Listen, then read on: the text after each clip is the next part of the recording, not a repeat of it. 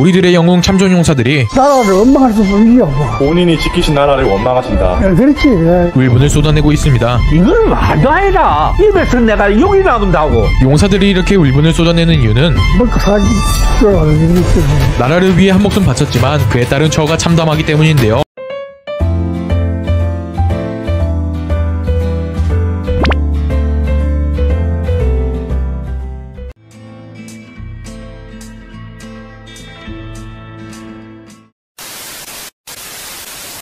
오늘 청문회에서 증언한 홍장원 전 국정원 1차장은 참전용사 부모님 슬하에 자랐고 육사를 졸업한 뒤 국정원에서 오래 근무한 국가안보 분야에 손꼽히는 엘리트로 평가받습니다.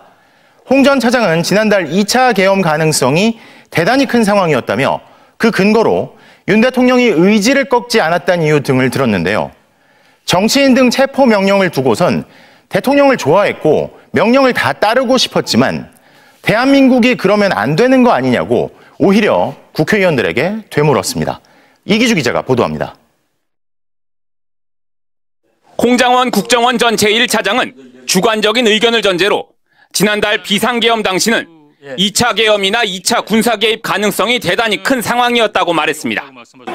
홍 전 차장은 국회 정보위원장에게도 보고한 내용이라며 윤석열 대통령의 의지와 김용현 전 국방부 장관의 영향력, 그리고 수방사령관 등이 여전히 건재했다는 점 등을 그 이유로 들었습니다.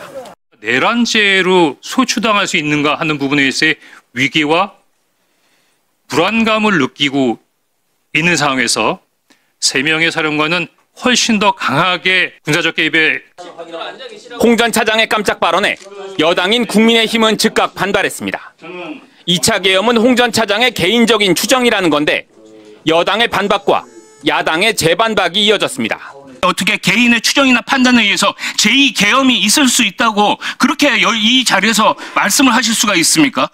윤석열이라는 인적 요소를 보건대 제2계엄을 할 것 같다라고 판단하는 것은 매우 훈련되고 숙련된 정보관의 고급 판단입니다. 계엄 당일 밤 정치인 체포 지시를 따르지 않은 데 대해 홍 전 차장은 자신도 윤 대통령을 좋아하지만 도저히 수행할 수 없는 지시였다고 털어놨습니다. 저 대통령 좋아했습니다. 시키는 거 다 하고 싶었습니다. 근데 그 명단을 보니까 그거는 안 되겠더라고요. 이런 가운데 당시 홍 전 차장이 조태용 국가정보원장에게 윤 대통령의 체포 지시를 보고했는지를 두고는 두 사람의 의견이 엇갈리며 공방이 벌어졌습니다.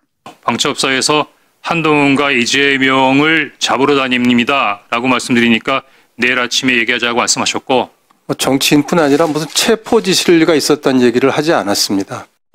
계엄 당일 홍 전 차장이 이재명, 우원식, 한동훈 등 주요 정치인에게 전화해 대피하라고 알려줬다는 일부 주장에 대해선 홍 전 차장은 세 사람 모두와 통화한 적 없다고 부인했습니다. MBC 뉴스 이기주입니다. 우리들의 영웅 참전용사들이 나라를 원망할 수 없죠. 본인이 지키신 나라를 원망하신다. 그렇지.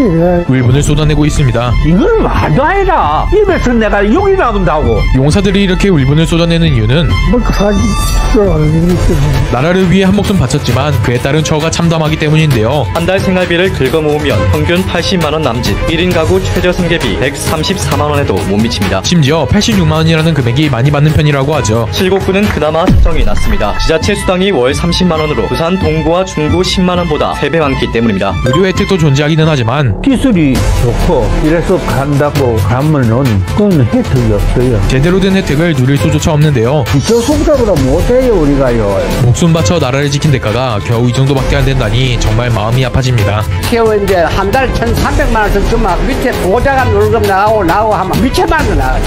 그런 거 생각하면 이런 문제에서 한 달에 몇번 해서 좋아지는데.